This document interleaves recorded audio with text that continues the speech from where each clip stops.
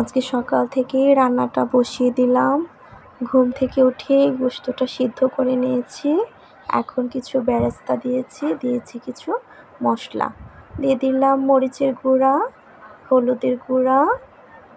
এখন মশলাগুলো একে একে দিয়ে দিব। গোশতটা আমি আগে থেকে সিদ্ধ করে নিয়েছি, সেজন্য আমার রান্নাটা তাড়াতাড়ি হয়ে যাবে। ঘুম থেকে উঠিয়ে আমি গরুর গোশতটা ভালো করে সিদ্ধ করে নিয়েছি।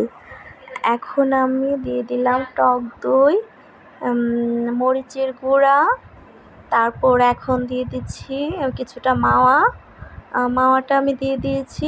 টক দইটা ফেটে দিয়ে দিব, এখনও দেইনি, মাওয়া দিয়ে দিয়েছি, সরি।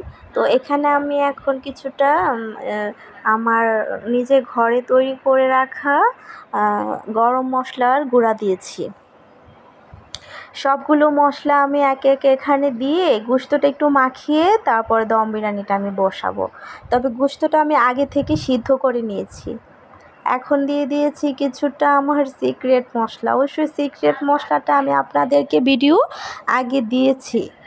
এখন দিয়ে দিব আর একটু মাওয়া দিয়েছি। আগে মাওয়াটা একটু কম হয়ে গিয়েছিল, তাই আমি মাওয়াটা দিয়ে দিয়েছি। মাওয়াটা এখন টক দইটা আমি ফেটে রেখেছিলাম দিয়ে দিলাম। টক দই দিয়ে দিয়েছি 2 চামচ। টক দইটা এখন দিয়ে দিলাম। টক দইটা দেওয়া হয়ে গেছে। এখন রান্নাটা আমি আস্তে আস্তে কমপ্লিট করব। আপনাদের সব কিছু আমি দেখাবো। হাত দিয়ে মেখে বসিয়ে দিয়েছি চুলায়। ঢেকে কিছুক্ষণ রান্না করে নিব, যাতে মশলাটা মাখা মাখা হয়ে যায়। মশলাটা মাখা মাখা হয়ে গেলে হবে। এখন আমি চাউলটা অন্য একটা চুলায় বসিয়ে দিয়েছি। চাউলটা আমি ফুটিয়ে নিব, সেজন্য কিছু গরম মশলা এখানে আস্তই দিয়েছি। চাউলটা এখানে আমি 80% ফুটিয়ে নিব। চাউলের জন্য আমি এখানে লবঙ্গ, দারুচিনি, এলাচি, এগুলো কিছুটা গোলমরিচ এগুলো দিয়ে দিয়েছি। পানিটা ফুটে উঠলে আমি এখানে চাউলটা অ্যাড করে দিব। রান্নাটা আমি আজকে সকাল থেকেই বসিয়ে দিয়েছি, কারণ রান্না সকাল থেকে হয়ে গেলে সারাদিন আর চিন্তা থাকে না। সেজন্য আমি সকাল থেকেই রান্নাটা আজকে বসিয়ে দিয়েছি। সকালে ঘুম থেকে উঠেই আমি গরুর গোশতটা সিদ্ধ করে নিয়েছি। এখন আমি এখানে দিয়ে দিব তেজপাতাটা আমি আমাদের গাছের অ্যাড করেছি। তেজপাতা গাছ আছে, তাই আমি কাঁচা তেজপাতাটা ইউজ করলাম। আর এখানে কিছুটা কয়েকটা আলু আমি এখানে ভেজে নিচ্ছি বিরিয়ানির জন্য। এখন আমি কিছুটা দারুচিনি আর অল্প একটু তেল দিয়ে দিয়েছি, যাতে ভাতটা একটার সাথে একটা না লেগে যায়, সেজন্য অল্প একটু তেল অ্যাড করেছি। চাউলগুলো অ্যাড করে দিচ্ছি। এই যে এখানে আমি চাউলগুলো অ্যাড করেছি, এবং চাউলটা ফুটে উঠলে আমি 80% সিদ্ধ এখানে করে নেব, মানে 80% সিদ্ধ এখানে হয়ে যাবে, আর বাকি 20% আমি যখন দমে বসাবো তখন হবে। বসিয়ে দিয়েছি। চুলাটা এখানে একটু হাই ফ্লেমেই থাকবে বলক আসার জন্য। আমি রান্নাটা একদম আপনাদের ফুল প্রসেস দেখিয়ে দিয়েছি, এবং আপনারা যদি আমার রান্নাটা ফলো করেন আপনাদের রান্নাটা অবশ্যই পারফেক্ট হবে ইনশাল্লাহ। আমি এখানে দেখেন যে আমি কি সুন্দর করে রান্নাটা করছি। আমি সব কিছু আপনাদেরকে বিস্তারিত দেখিয়ে দিয়েছি। এখানে একটু জিরার গুঁড়া আর একটু আদা বাটা অ্যাড করেছি, সেজন্য পানিটা একটু কালচে দেখাচ্ছে। কিন্তু ভাতটা কিন্তু অবশ্যই সাদা হবে, কারণ আমি আপনাদেরকে ফুল প্রসেস রান্নাটা টিপস অ্যান্ড ট্রিক্স সহ দেখাচ্ছি। দেখেন ভাতটা ফুটে উঠেছে। এখানে আমি 80% সিদ্ধ করে নিচ্ছি। আমার ভাতটা প্রায় হয়ে গেছে। আমি ভাতটাকে এখন একটা নেটের মধ্যে ঢেলে পানিটা মানে ঝরিয়ে নিব। দেখেন আমি এই যে ভাতটা আমি এখানে সিঙ্কের মধ্যেই ঢেলে নিয়েছি ঝুড়িতে। দেখেন কিছুটা পানি একদম পুরো ঝরে যাবে, এবং ভাতটা কিন্তু এখানে দেখেন কি সুন্দর ঝরঝরা আছে। আর কিছুটা আমি 20% কম রান্না করেছি, এটা দমে বসাবো, সেজন্য আমি এখানে ভাতটা রাখলাম। এখন আমি চুলাতে এই গোশতটার উপরে ভাতগুলো অ্যাড করে দিচ্ছি। গোশতটা তো আপনাদেরকে আমি আগে ফুল প্রসেস দেখিয়েছি। এখন উপর থেকে ভাতগুলো অ্যাড করে দিচ্ছি। ভাতটা অ্যাড করে দিচ্ছি আস্তে আস্তে, একটা স্টেপ ভাত অ্যাড করব এখানে। ভাতগুলো আমার অ্যাড করা হয়ে গেছে। এখানে আমি কিছুটা আদা রসুন বাটা দিচ্ছি, কারণ এটা দমে আবার একটা ফ্লেভার আসবে, সেজন্য। আমি যে আলুগুলো ভেজে রেখেছিলাম, আলুগুলো এখন একটা স্টেপ দিয়ে দিব। আলুগুলো একটা স্টেপ দিয়ে তারপর আমি আবার আলুর উপরে আরেকটা স্টেপ ভাত দিব। প্রথমে গোশত দিলাম, তারপর ভাত দিলাম, এখন আলু দিলাম, আবার একটা স্টেপ ভাত আপনাদেরকে আমি অ্যাড করে দেখাবো। আলুগুলো দেখেন কতটা মুচমুচে হয়েছে। এই আলুটা কিন্তু বিরিয়ানির সাথে খেতে অনেক টেস্টি হয়, সেজন্য আমি আলুটা এখানে টেস্টের জন্য দিয়েছি। যারা আলু পছন্দ করে তারা যেন খেতে পারে।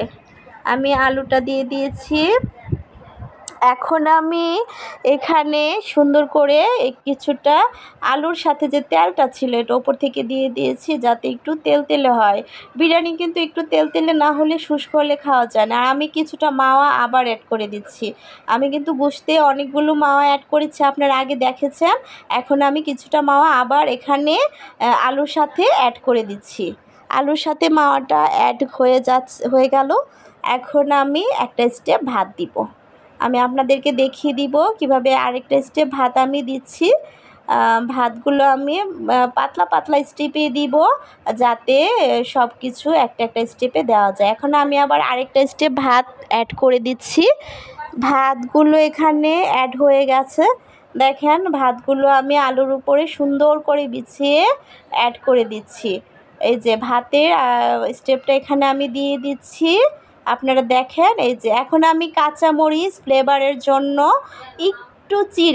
হালকা একটু চিড়ে এদিকে দিয়ে দিচ্ছে, যাতে ঝালটা না বের হয়, বাট ফ্লেভারটা যেন চলে আসে। আর পাতাগুলো তো গাছের কাঁচা তেজপাতা, এটারও একটা ফ্লেভার আছে। সব কিছু এই যে আমি এখন আমি অ্যাড করে দিচ্ছি বেরেস্তাটা আমি উপর থেকে অ্যাড করে দিব। সবটা পোলাওর উপরে বেরেস্তা অ্যাড করে দিচ্ছি। অ্যাড করা হয়ে যাচ্ছে বেরেস্তা। বাস বেরেস্তাটা অ্যাড হয়ে গেলে আমি এখন আপনাদেরকে ফুল প্রসেসটাই দেখিয়ে দিচ্ছি। কিন্তু আমি যেভাবে রান্না করছি আপনারা কিন্তু সেম প্রসেসে রান্না করবেন। আপনাদের বিরিয়ানিটাও কিন্তু একদম পারফেক্ট হবে ইনশাল্লাহ। আপনারা রান্না করে আমাকে কমেন্টে জানাবেন। আমি দেখিয়ে দিচ্ছি আপনাদেরকে কিভাবে বিরিয়ানিটা দমে বসাবেন। এখন তো সব কিছু অ্যাড করা হয়ে গেছে, এখন শুধু আমি দমে বসিয়ে দিব।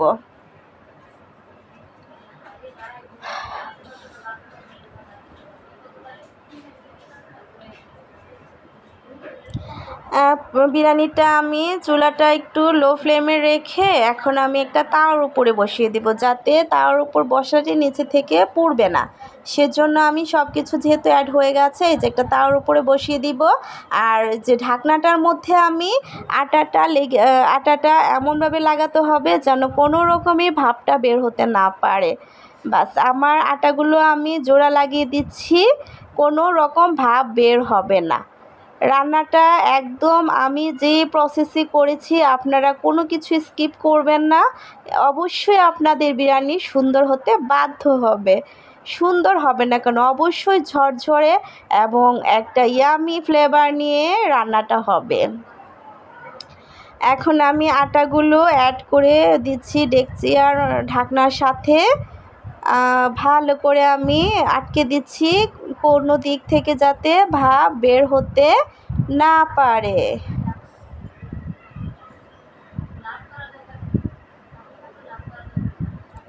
এখন আমি দেখেন আমার সব কিছু রেডি হয়ে যাচ্ছে। আমি আটাটাও আটকে দিয়েছি, এখন শুধু রান্না হওয়ার পালা। রান্না তো সব কিছু হয়েই গেছে, বাট সব কিছুর মধ্যে একটা কম্বিনেশনে একটা ফ্লেভার আসবে, একটা টেস্ট হবে, টেস্ট চলে আসবে দম বিরিয়ানিটা কিন্তু দমে বসিয়ে দিলাম, এখন শুধু হওয়ার পালা। হলেই আমি আপনাদেরকে ঢাকনাটা খুলে সার্ভ করে দিব।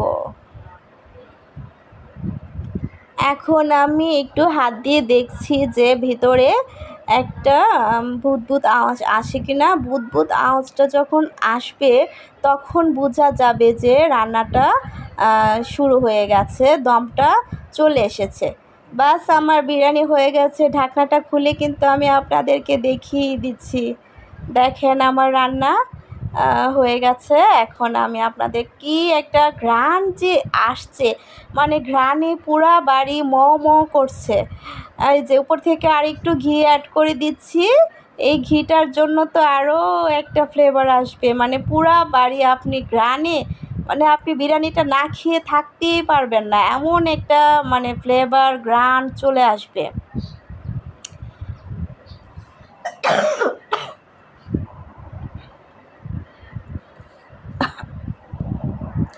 আমি আপনাদেরকে এখন নেড়ে দেখিয়ে দিচ্ছি, নাড়া দিলেই বোঝা যায় যে এটা কীরকম হয়েছে। আজকে একটু ঠান্ডাও লেগে গেছে আমার। আচ্ছা, তবু আপনাদেরকে আমি আজকে সারাদিনের রান্না অবশ্যই দেখাবো, কোনো কিছু স্কিপ করব না, সব রান্না ফুল প্রসেস দেখাবো। আপনারা রান্নাগুলো দেখবেন আর বাসায় রান্না করে খাবেন। আর আমার পেজে এসে শুধু একটু লাইক কমেন্ট শেয়ার করে দিবেন, এতেই আমি খুশি। আমার যত কষ্টই হোক তবু আমি আপনাদেরকে রেসিপি দিয়েই যাব ইনশাল্লাহ।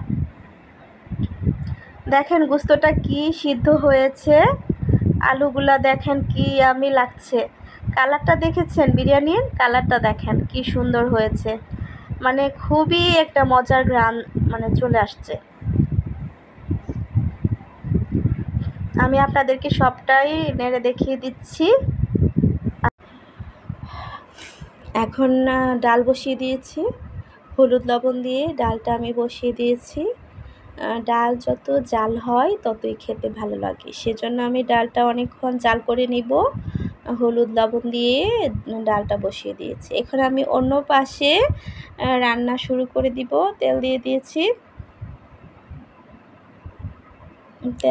কড়াইয়ে তেল দিয়েছি। এখন রসুন পেঁয়াজ দিয়ে দিলাম। রসুন পেঁয়াজটা আমি ভাজবো ভালো করে। রসুন পেঁয়াজটা ভেজে আমি এখন আপনাদেরকে দেখাবো কি রান্না করব।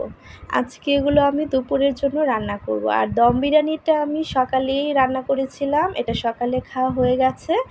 এখন দুপুরের জন্য আমি রান্না বসালাম, ডাল বসিয়ে দিয়েছি এক পাশে। ডালটা হচ্ছে হলুদ লবণ দিয়ে ডালটা সিদ্ধ বসিয়ে দিয়েছি।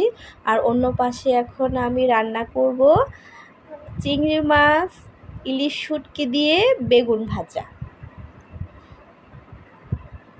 পেঁয়াজ রসুনটা আমি দিয়ে দিয়েছি। পেঁয়াজ রসুন হচ্ছে পেঁয়াজ রসুনটা ভাজা হয়ে গেলেই আমি কিছুটা ভেজে তারপর আমি চিংড়ি মাছটা অ্যাড করব। পেঁয়াজ রসুনটা হচ্ছে কিছুটা ভাজা হোক, আমি আপনাদেরকে দেখাবো ফুল প্রসেস কিভাবে রান্নাটা পারফেক্টলি হয়। খুব মজা লাগে কিন্তু, আপনি একদিকে চিংড়ি মাছের একটা ফ্লেভার আছে, আবার ইলিশ শুটকির আরেকটা ফ্লেভার, আর বেগুন তো তেলে পড়লেই মজা হয়ে যায়। আচ্ছা, আমি চুলাটা একটু কমিয়ে দিয়েছি।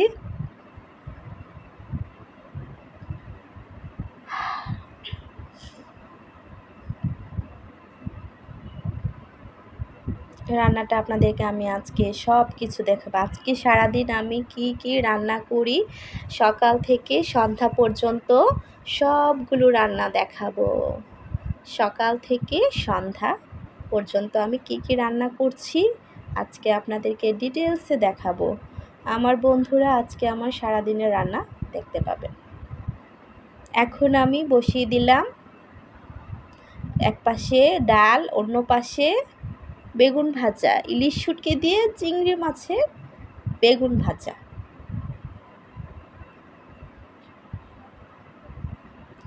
ডালটা মোটামুটি হয়ে আসছে, আমি এদিকে রান্নাটা শুরু করে দিয়ে এদিকে ঢেকে তারপর ওই পাশে আমি ডালটা ফোড়ন দিয়ে দিব। রান্না করতে করতে হাতটা কেমন হয়ে গেছে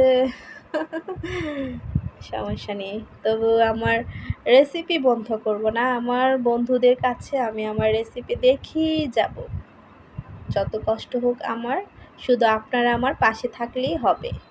আমার পেজটা কিন্তু আপনারা সবাই অবশ্যই ফলো করে দিবেন, আর লাইক কমেন্ট শেয়ার তো অবশ্যই করবেন। আমি এত কষ্ট করে আপনাদের জন্য রেসিপিগুলো বানাই, আপনারা আমার পাশে না থাকলে তো আমি অবশ্যই আপনাদের কাছে পৌঁছাতে পারবো না। আপনারা আমার আপনজন, আপনারা আমার প্রিয়জন, আপনারা আমার বন্ধু, আমি অবশ্যই আপনাদেরকে পাশে কামনা করছি। রান্নাটা অনেকটা ধৈর্যের ব্যাপার, বললেই কিন্তু হয়ে যায় না। রান্না করতে হয় ধৈর্য নিয়ে, রান্না একটি শিল্প। রান্না একটি শিল্প, এটা আপনি যত ধৈর্য নিয়ে যত আস্তে আস্তে রান্না করবেন তত কিন্তু খেতে মজা হয়, তত কিন্তু দেখতেও ভালো লাগে।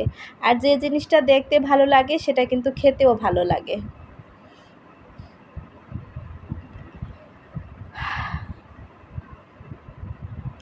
রান্না একটি শিল্প, আপনি রন্ধন শিল্প সবচেয়ে বেশি ধৈর্যের ব্যাপার।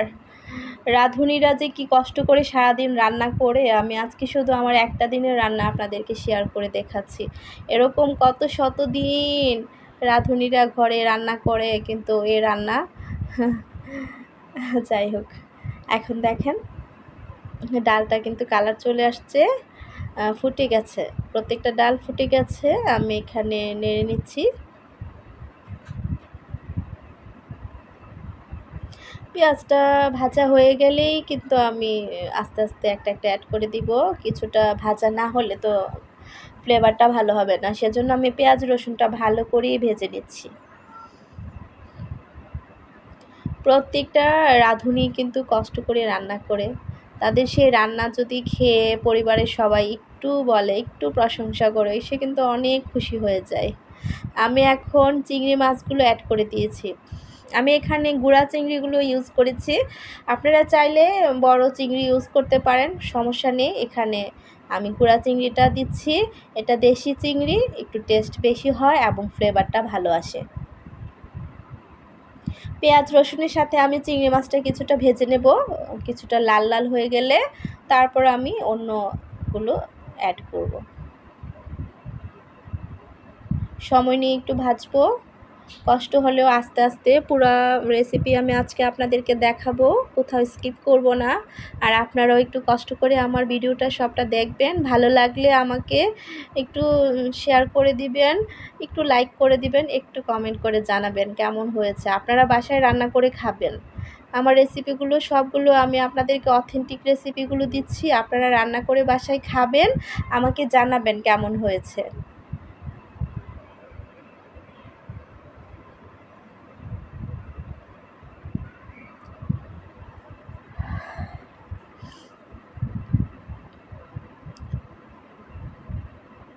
ডালটা একটু নেড়ে দিচ্ছি। এখন আমি ইলিশ শুটকিগুলো, এই যে ইলিশ শুটকিগুলো আমি টুকটুক করে বানিয়ে নিয়েছি, টুকটুক করে বানিয়ে নিয়েছি, দেখেন কত সুন্দর টুকটুক হয়ে গেছে। আমি কিন্তু এখন ইলিশ শুটকিটা একটু ভাজবো, স্টেপ বাই স্টেপ ভাজতে হবে। ভাজার একটা সিস্টেম আছে, প্রথমে আমি তেল দিয়ে তেলটা গরম করে নিয়েছি, তারপর পেঁয়াজ রসুন ভেজেছি, তারপর আমি এখানে চিংড়ি মাছটা ভেজেছি, শুটকিটা ভেজেছি, ইলিশ শুটকি। আর এখন একটু হলুদ মরিচ ধনিয়ার গুঁড়া এগুলো আমি অ্যাড করে দিব একে একে, আপনাদেরকে দেখিয়ে দিচ্ছি।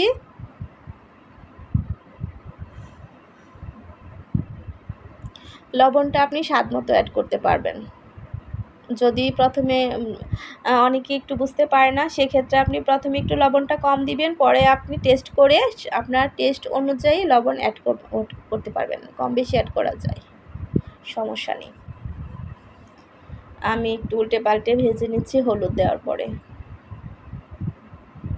চুলাটা একটু লো ফ্লেমে রেখে ভাজতে হবে, যাতে পুড়ে না যায়। পুড়ে গেলে কিন্তু টেস্টটা ভালো হবে না, পুড়ে গেলে টেস্টটা নষ্ট হয়ে যায়। সেজন্য চুলাটা একটু লো ফ্লেমে রেখে একটু ধৈর্য নিয়ে সময় নিয়ে ভাজতে হবে।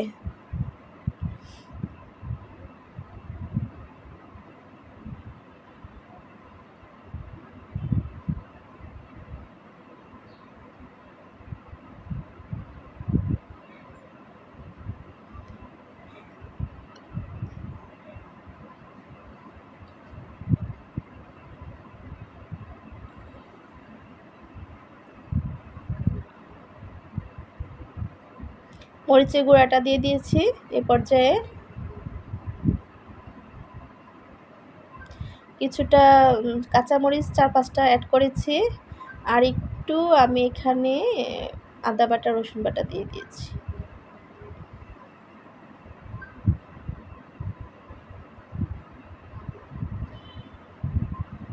মরিচটা আর একটু দিয়ে দিয়েছি, মনে হচ্ছিল কম হবে, সেজন্য দিয়ে দিলাম মরিচের আর একটু গুঁড়া। আমার রান্নাটা আপনাদেরকে আমি দেখাচ্ছি, আমার রান্নাটা যদি ভালো লাগে আপনারা বাসায় করে খাবেন, এভাবে রান্না করে আমাকে জানাবেন কমেন্ট করে কেমন হয়।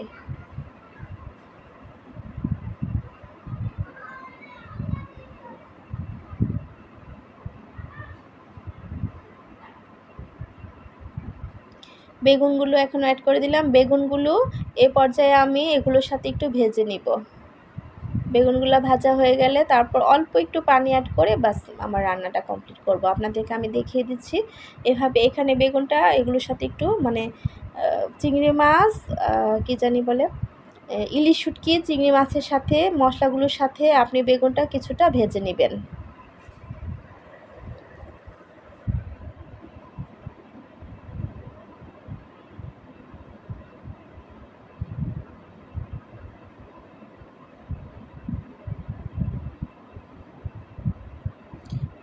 ঢাকনা দিয়ে ঢেকে রান্নাটা করে দেখাবো।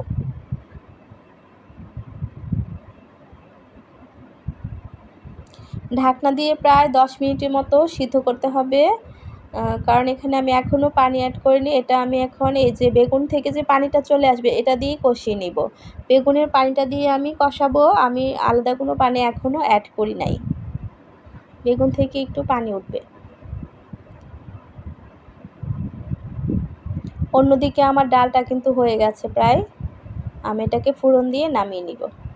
আপনাকে ফোড়ন দিয়ে দেখাবো আপনাদের। এই যে নামিয়ে নিচ্ছি। আমি এখন একটা কড়াই বসিয়ে দিলাম ফোড়ন দেওয়ার জন্য। ডালটা ফোড়ন দিয়ে আপনাদেরকে আমি এখন দেখাবো আমি কিভাবে ডালটা ফোড়ন দিই। পাতলা ডালটা কিন্তু আসলে মানে সব কিছু খাবার পর দুপুরে ভাতটা খাওয়ার লাস্টের দিকে কিন্তু পাতলা ডালটা আসলেই অনেক ভালো লাগে।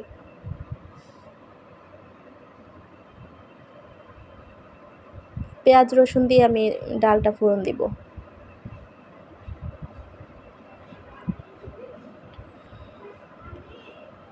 দিয়ে দিচ্ছি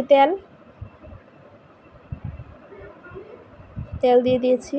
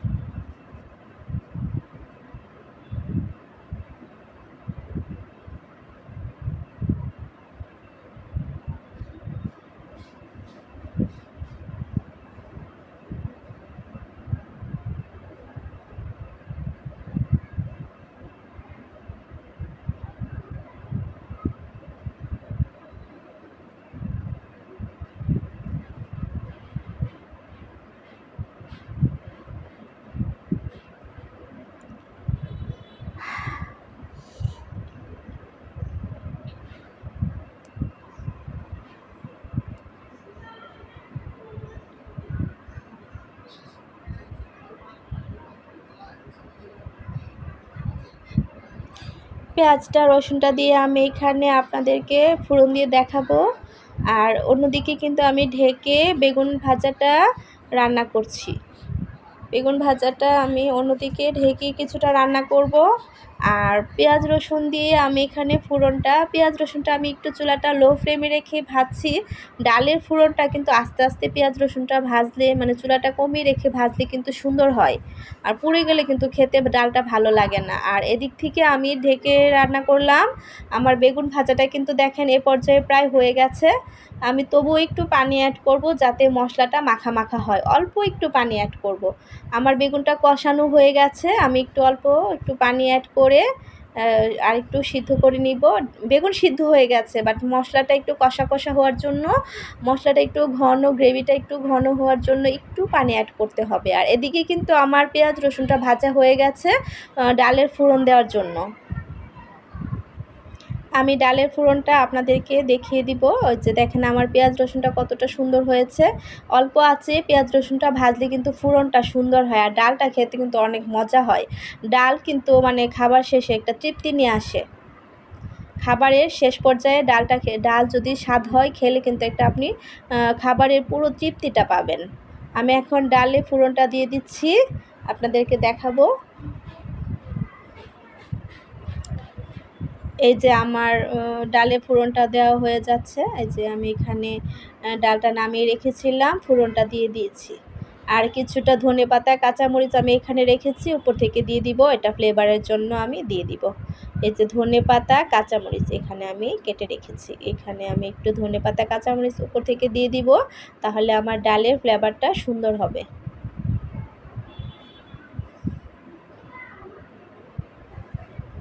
অন্যদিকে আমি একটু পেঁয়াজ রসুন দিয়ে দিচ্ছি।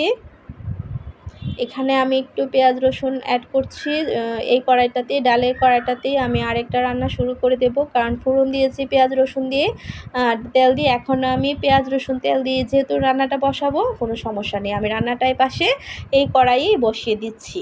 তেল দিয়ে দিয়েছি,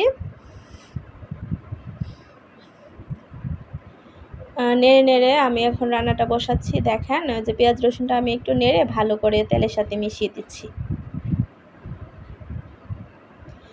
এ পর্যায়ে আমি ওই পাশে চুলাটাতে আমি আসলে এখন বসাবো করলা ভাজি। একটু করলা আর আলু আমি কুচিয়ে নিয়েছি, ভেজে নিব। দুপুরে কিন্তু প্রথম খাবারটা যদি আপনি করলা ভাজি দিয়ে শুরু করেন আসলেই ভালো লাগে। তো আমার একদিকে শুটকি ভাজা বেগুন দিয়ে হয়ে গেছে চিংড়ি মাছ দিয়ে, আর অন্যদিকে আমি একটু করলা ভাজি করব আর ডাল। এটা আজকে আমার দুপুরের মেনুতে থাকবে। পরে আস্তে আস্তে আপনাদেরকে আমি আমার রাতের মেনুটা দেখাবো, বিকালের মেনুটাও দেখাবো। সোজা আজকে আমি সকাল থেকে রাত যা যা রান্না করব কোনো কিছু বাদ যাবে না, সবগুলো আজকে আপনাদেরকে দেখিয়ে দিব। আজকে আমি সারাদিন কি রান্না করছি কিছুই বাদ দিব না। আমার প্রিয় দর্শকরা, আমার প্রাণের বন্ধুরা, আমার যারা আছেন, আমার ভালোবাসার ভাই বোনেরা, আপনারা সবাই কিন্তু রান্নাটা শিখে এভাবে রান্না করতে পারেন। আমি খুব সহজভাবে এবং আমি যেভাবে রান্না করি সেভাবেই কিন্তু আপনাদেরকে দেখাচ্ছি।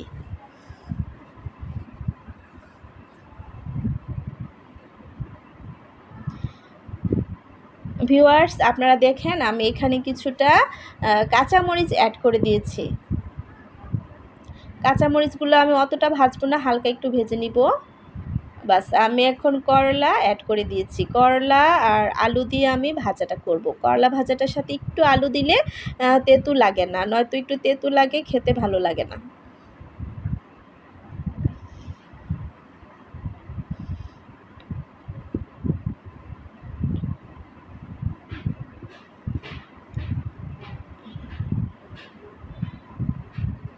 আলুটা অ্যাড করে দিয়েছি। আলুটা আমি ধুয়ে কিছুটা হাঁড়ির মধ্যে সময় রেখে দিয়েছিলাম, সেজন্য শুকনো শুকনো হয়েছে। এখন ভাজাটা মচমচে হবে। আমার কাছে করলা ভাজা আসলে একটু মুচমুচা হলে ভালো লাগে। এ পর্যায়ে আমি চুলাটা একটু লো ফ্লেমেই রাখবো, আর আমি ঢাকবো না, ঢাকনা ছাড়াই মুচমুচে করে করলা ভাজাটা আপনাদেরকে করে আমি দেখাবো। করলা ভাজা আমার খুব পছন্দের একটা খাবার। একটু হলুদ দিয়ে দিচ্ছি, আর লবণটা আমি একটু পরে অ্যাড করব, কারণ লবণ দিলে কিন্তু করলা থেকে পানি উঠবে এবং করলা ভাজাটা কিন্তু মুচমুচে হবে না, সেজন্য লবণটা আমি একটু পরে দেবো। আর এদিকে আমি আমার বেগুন ভাজাটা একটু নেড়ে দিলাম। বেগুন ভাজাটা একটু পরপর নেড়ে দিতে হবে আর ঢেকে রান্না করতে হবে, তাহলে বেগুনের ভিতরে সবগুলো মশলা ঢুকবে, খেতে ভালো লাগবে।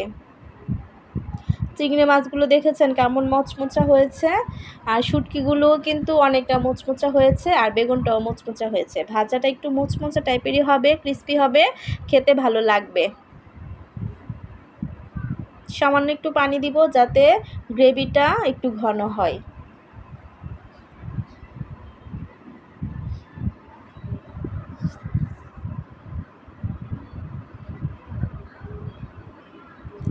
আমি এখন আমার করলা ভাজাটা একটু উল্টে পাল্টে দিচ্ছি, যাতে নিচ থেকে তলানিতে না ধরে যায়। আর ঢাকনা দিয়ে না ঢেকে রান্না করলে কিন্তু করলা ভাজাটা অনেকটা সবুজ টাইপের থাকে, যেটা দেখতেও ভালো লাগে আর খেতেও ভালো লাগে। আলু দেওয়ার কারণে কিন্তু করলা ভাজাটা একটু তেতো লাগবে না, খেতেও কিন্তু অনেক মজা লাগবে। আর আসলে আমার কাছে পার্সোনালি করলা ভাজা খেতে অনেক মজা লাগে। তো আমি এখন ঢেকে দিচ্ছি। আমার রান্নাটা প্রায়, আজকে দুপুরের রান্নাটা প্রায় হয়ে আসছে, বেশি সময় লাগবে না আর। দুপুরে রান্নাটা কমপ্লিট হলে পরে আমি আপনাদের আবার বিকালে কী কী নাস্তা বানাই সেটাও দেখিয়ে দিব, এবং রাতের জন্য আমি কি কি রান্না করব সেটাও আপনাদেরকে দেখাবো। আজকে সারাদিন সকাল থেকে রাত আমি কি কি রান্না করি সব কিছু আপনাদেরকে আজকে আমি দেখাবো, এবং আপনারা বাসায় রান্না করে আমার মতো খাবেন, আমাকে জানাবেন। সত্যি মানে করলা ভাজাটা কিন্তু এভাবে আমার মতো করলে আপনারা রান্না করে খেয়ে দেখবেন, অনেক মজা হয়। করলা ভাজাটা এভাবে রান্না করলে সত্যি অনেক মজা হয়। করলা ভাজাটা আমি আপনাদেরকে আমার যেভাবে আমি নিজে রান্না করি সেভাবেই দেখাচ্ছি। আপনারা আমার মতো করলে ইচ্ছা করলে বাসায় রান্না করে খেতে পারেন।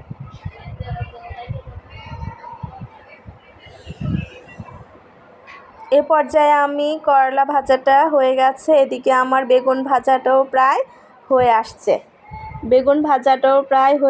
আপনারা আমার মতো করে রান্না করতে পারেন, আমি যেভাবে করেছি। চিংড়ি মাছ, ইলিশ শুটকি আর বেগুন দিয়ে একটা ভাজা করলাম, আর অন্যদিকে আলু আর করলা দিয়ে একটা ভাজা করলাম। ডাল রান্না করেছি। আজকে আপনাদেরকে আমি দেখিয়ে দিচ্ছি কি কি রান্না করছি, আমি কিন্তু কোনো কিছু স্কিপ করছি না। এই পর্যায়ে অল্প একটু পানি অ্যাড করব, যাতে মশলাগুলো যে অ্যাড করেছি সেগুলো একটু ঘন হয়, মানে গ্রেভিটা একটু খেতে যাতে টেস্টি হয়। আপনাদেরকে আমি আমার সবগুলো রান্না দেখিয়ে দিচ্ছি। আজকে দুপুরে কি কি রান্না করছি দেখালাম, এবং সকালে আমি দম বিরিয়ানি রান্না করেছি সেটাও দেখিয়েছি, আর রাতের বেলা কি কি রান্না করব সেটাও দেখাবো, কোনো কিছু স্কিপ করব না। আর বিকালে কি কি নাস্তা বানাবো সেটাও দেখাবো। বিকালে কিন্তু আমি একটা মজাদার নাস্তা বানাবো, আপনারা কিন্তু ভিডিওটা স্কিপ করবেন না, ফুল ভিডিও দেখতে হবে আমার বিকালে কি নাস্তা বানা এবং রাতে কি রান্না করি তা দেখার জন্য আপনাদেরকে ফুল ভিডিও দেখতে হবে। স্কিপ করে দেখলে কিন্তু আপনারা আমার মতো করে সবগুলো রান্না করতে পারবেন না। আমি যেভাবে রান্না করি আপনারা খুব সহজেই এভাবে রান্না করতে পারবেন, রান্নাটা হয়ে যাবে সহজ আর খেতেও কিন্তু ভালো লাগবে।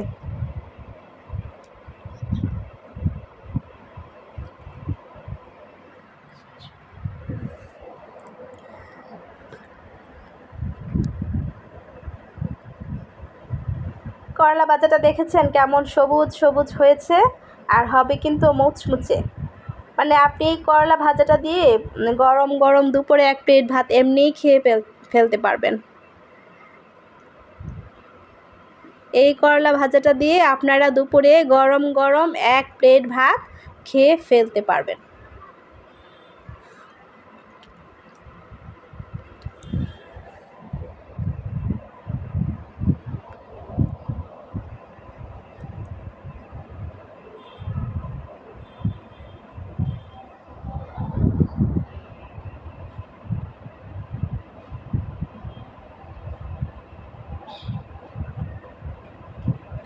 বেগুন ভাজাটা প্রায় হয়ে আসছে, ঢেকে রান্না করছি। অনেকটা একদম তুলতুলে নরম হবে, আবার উপরে কিছুটা ক্রিস্পিও হবে। বেগুন ভাজাটা কিন্তু মানে চিংড়ি মাছ ইলিশ শুটকি দিয়ে বেগুন ভাজাটা আসলেই মজা হয়। আর আমার করলা ভাজাটা প্রায় হয়ে গেছে।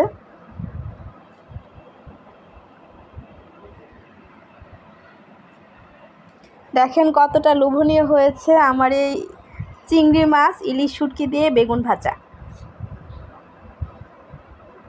যাদের দেখে খেতে ইচ্ছা করছে আপনারা কিন্তু বাসায় বানিয়ে খাবেন, আর আমাকে কমেন্ট করে জানাবেন কেমন হয়।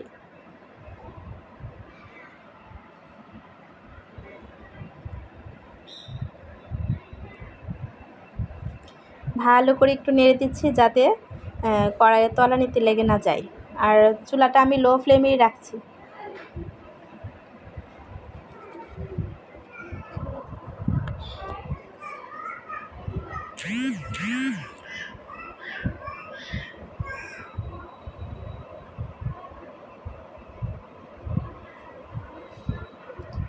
করলা ভাজাটা হয়ে গেছে, করলা ভাজাটা অনেকটাই মুচমুচে হয়ে আসছে। এখন এই পর্যায়ে আমি আর একটু নেড়েচেড়ে দিব, ভালো করে নেড়েচেড়ে দিব যাতে কড়াইয়ের তলানিতে ধরে না যায় বা লেগে না যায়।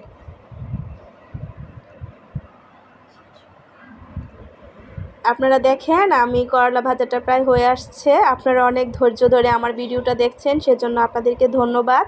আর আপনারা আমার বিকালের নাস্তাটা আর রাতের খাবারটা দেখতে চাইলে ফুল ভিডিওটা দেখেন, কোথাও স্কিপ করবেন না, বানিয়ে খাবেন বাসায়।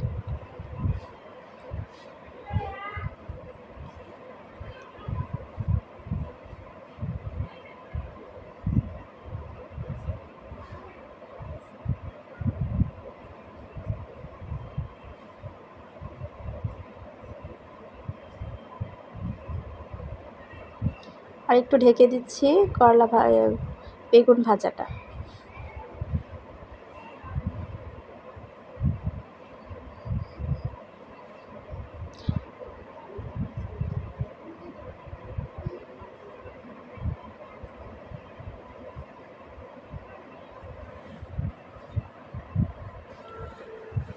দুপুরের জন্য আমি ভাতও রান্না করে নিয়েছি। ভাতটা আমি আগে থেকেই রান্না করে মাছ ঝরানোর জন্য রেখে দিয়েছিলাম। এখন আমি আপনাদেরকে ভাতটা উঠিয়ে দেখিয়ে দিব। আমি ভাত প্রায় রান্না হয়ে গেছে, আমি মাছ ঝরানোর জন্য রেখে দিয়েছিলাম। ভাতটা মাছ ঝরানো হয়ে গেছে। সাদা ভাত রান্না হয়েছে দুপুরে, আর সকালবেলা তো দম বিরিয়ানি রান্না করলাম। দুপুরে সাদা ভাত দিয়ে, করলা ভাজা দিয়ে, বেগুন ভাজা দিয়ে আর ডাল দিয়ে খাবো। রাতের জন্য এই যে ডালটা দেখেন কি সুন্দর কালার হয়েছে। সত্যি ডালটা কিন্তু অনেক সুন্দর একটা কালার হয়েছে, আর খেতেও কিন্তু ভালো লাগবে। এই পাতলা ডালটা কিন্তু দুপুরে খাবারের শেষের দিকে খেলে অনেক ভালো লাগে। আর এই যে আমার করলা ভাজাটা হয়ে গেছে। করলা ভাজাটা ক্রিস্পি হয়েছে, দেখেন কালারটা কেমন সবুজ সবুজ আছে। কালারটা একটুও নষ্ট হয়নি, সুন্দর আছে। আর আমার বেগুন ভাজাটা দেখেন কেমন ইয়ামি ইয়ামি হয়েছে। মনের মতো একটা বেগুন ভাজা আজকে অনেক দিন পরে করলাম।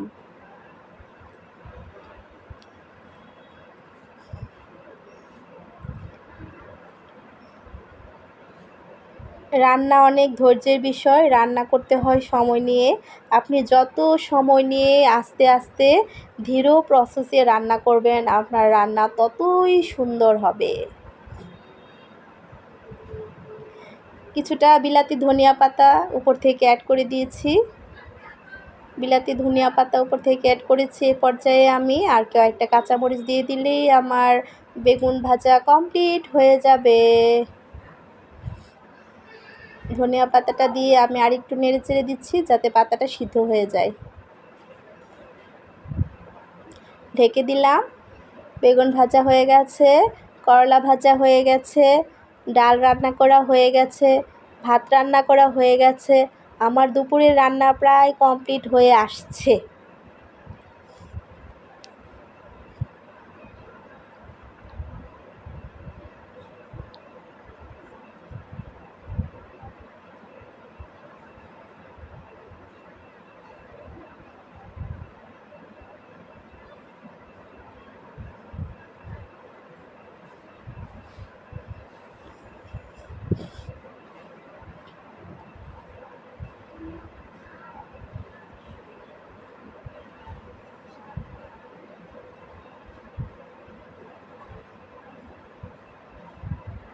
করলা ভাজাটা আমি আরেকটু নেড়ে চেড়ে দিয়েছি যাতে পুড়ে না যায়, পুড়ে গেলে কিন্তু খেতে ভালো লাগবে না। আর এ পর্যায়ে আমি এখন অ্যাড করে দিব লবণ। আমি কিন্তু লবণটা আগে দিই নাই, কারণ লবণ দিলে সিদ্ধটা বেশি হয়ে যায়, তো নরম নরম থেক থেক হয়ে যায়, ভালো লাগে না খেতে। সেজন্য আমি এই যে এই পর্যায়ে লবণটা অ্যাড করেছি, এবং এখানে এই যে করলা ভাজার মধ্যে আমি এই পর্যায়ে লবণটা অ্যাড করব। এখন আর পানি উঠবে না, এবং করলাটা নরম হবে না, ভেঙে যাবে না, এবং ভাঙা ভাঙা হলে কিন্তু খেতে ভালো লাগে না। মুচমোচা থাকবে, আস্তে আস্তে থাকবে। করলা ভাজাটা কালার নষ্ট হবে না এভাবে করলে। দেখেন আপনারা আমার মতো রান্না করে।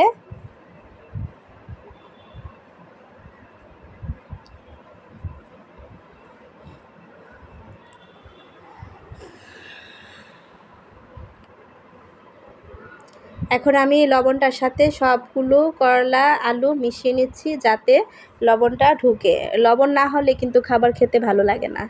লবণটা আমি ভালো করে নেড়ে চেড়ে মিশিয়ে নিচ্ছি। এই যে আমি বেগুন ভাজাটাও ভালো করে নেড়ে চেড়ে মিশিয়ে নিচ্ছি। বেগুনগুলো ভাঙবে না, আস্তে আস্তেই আছে, এবং চিংড়ি মাছ শুটকি সেগুলো আস্তে আস্তে আছে। ঢেকে দিলাম।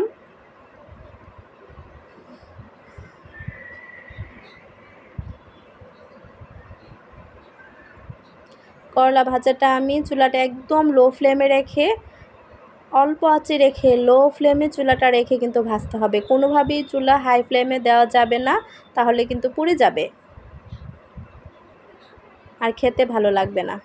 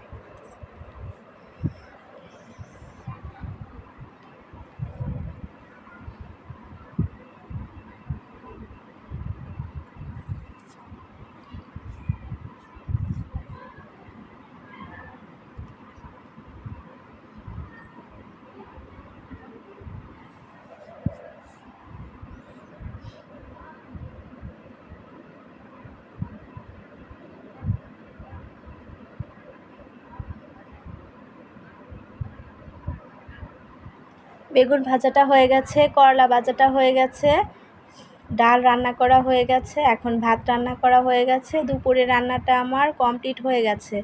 আমি আপনাদের বিকালে কী কী নাস্তা বানাই সবগুলো দেখাবো, এবং রাতের বেলা আমি কী কী রান্না করি সেটাও দেখাবো। আজকে সকাল থেকে রাত পর্যন্ত যা যা রান্না করেছি সব কিছু আপনাদেরকে আমি একদম বিস্তারিত দেখাচ্ছি, ডিটেলসে দেখিয়ে দিচ্ছি। আপনারা এইভাবে রান্না করে বাসায় খাবেন। দেখেন, ভাতটা আমি আগে থেকে রান্না করে মাছ ঝরার জন্য দিয়েছিলাম। ভাতটা মাছ ঝরা হয়ে গেছে। বাস, গায়ে ভালো করে যাতে মশলাগুলো মিশে যায় সেভাবে আমি হাত দিয়ে ভালো করে মেখে নেব। দেখেন আমি হাত দিয়ে কীভাবে মাংসগুলোকে উল্টিয়ে পাল্টিয়ে মাংসের গায়ে মশলাটা মিশিয়ে দিচ্ছি। এখানে আমি মশলাটা ভালো করে হাত দিয়ে মেখে ম্যারিনেট করে নেব। দেখেন আমি কত সুন্দর করে হাত দিয়ে মেখে সবগুলো মশলা মিশিয়ে নিয়েছি। মাংস আর মশলা যখন গায়ে গায়ে লেগে যাবে তখন আপনার মাখাটা সম্পূর্ণ হবে। যত ভালো করে মাখবেন ততই কিন্তু খেতে ভালো লাগবে, টেস্ট আসবে। হাতে কিন্তু আল্লাহর দানের একটা টেস্ট আছে, যেটা আল্লাহ হাতেই দান করে দিয়েছে। মাখা করেই রান্না করব।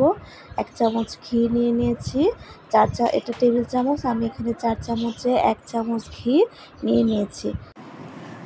মুড়ি আর চিনি আমি একসাথে মাখিয়ে নিয়েছি, আর মুড়ি আর চিনি একসাথে আমি ব্লেন্ড করে নিয়েছি। মুড়ি আর চিনি একসাথে করে ব্লেন্ড করে নিয়েছি, আর এদিকে সুজি হালুয়াটা দিয়ে আমি এখানে মিষ্টি বানিয়ে নিয়েছি, একসাথে মিশিয়ে নিয়েছি। দেখেন কত সুন্দর ইয়ামি মিষ্টি হয়েছে, চমচম মিষ্টি। প্রতিটা মিষ্টি দেখেন কত সুন্দর লোক হয়েছে। মিষ্টিগুলো আমি নিজের হাতে বানিয়েছি, এই যে আমার হাতে মিষ্টিগুলো বানিয়েছি। সবগুলো মিষ্টি আমি এখানে পাউডারের সাথে মিশিয়ে নিয়েছি। হয়ে গেছে আমার মিষ্টির রেসিপি।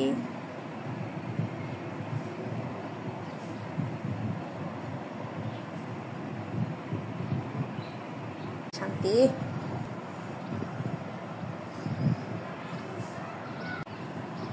এই যে আমি হাত দিয়ে প্রতিটা মিষ্টির গায়ে পাউডারগুলো লাগিয়ে দিয়েছি। এখানে হয়ে গেছে আমার প্রতিটা মিষ্টি। দেখেন কতটা সুন্দর হয়েছে, ইয়ামি লুকিং হয়েছে। এই যে আমি নিজের হাতে মিষ্টিগুলো বানিয়েছি।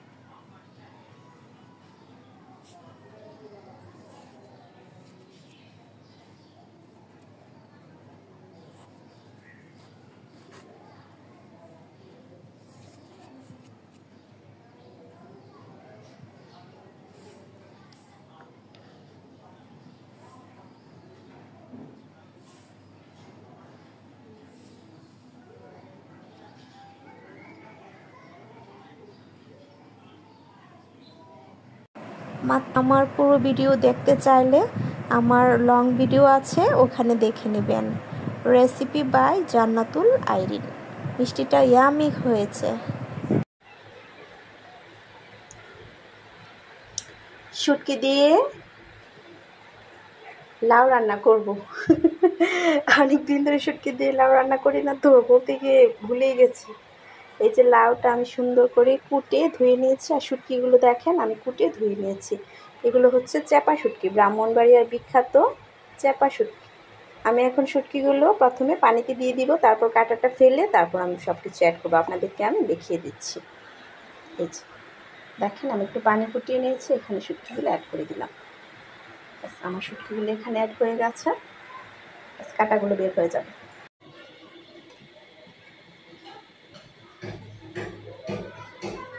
কাঁটাগুলো আমি এইভাবে বেছে বেছে ফেলে দিব। দিয়ে দিয়েছি হলুদের গুঁড়া, মরিচের গুঁড়া, ধনিয়ার গুঁড়া।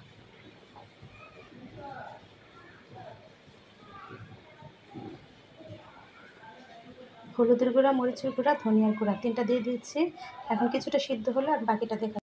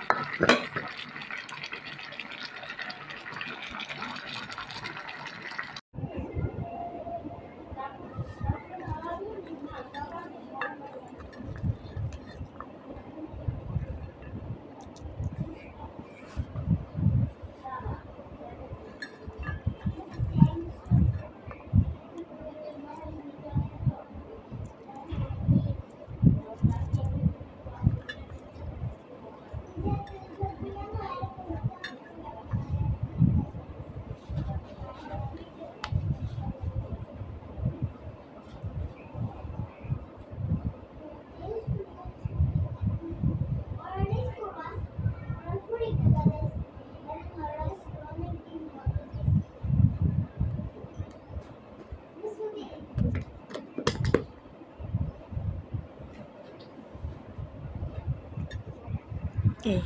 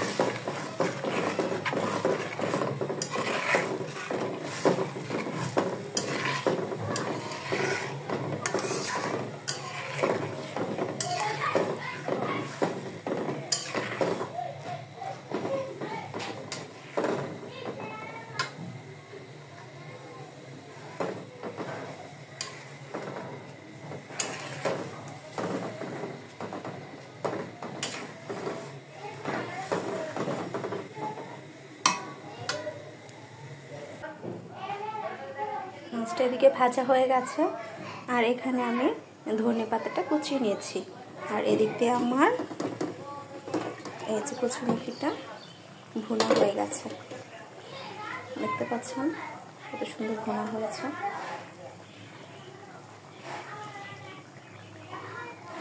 এই পর্যায়ে আমি একটু অ্যাড করে দিব পানি।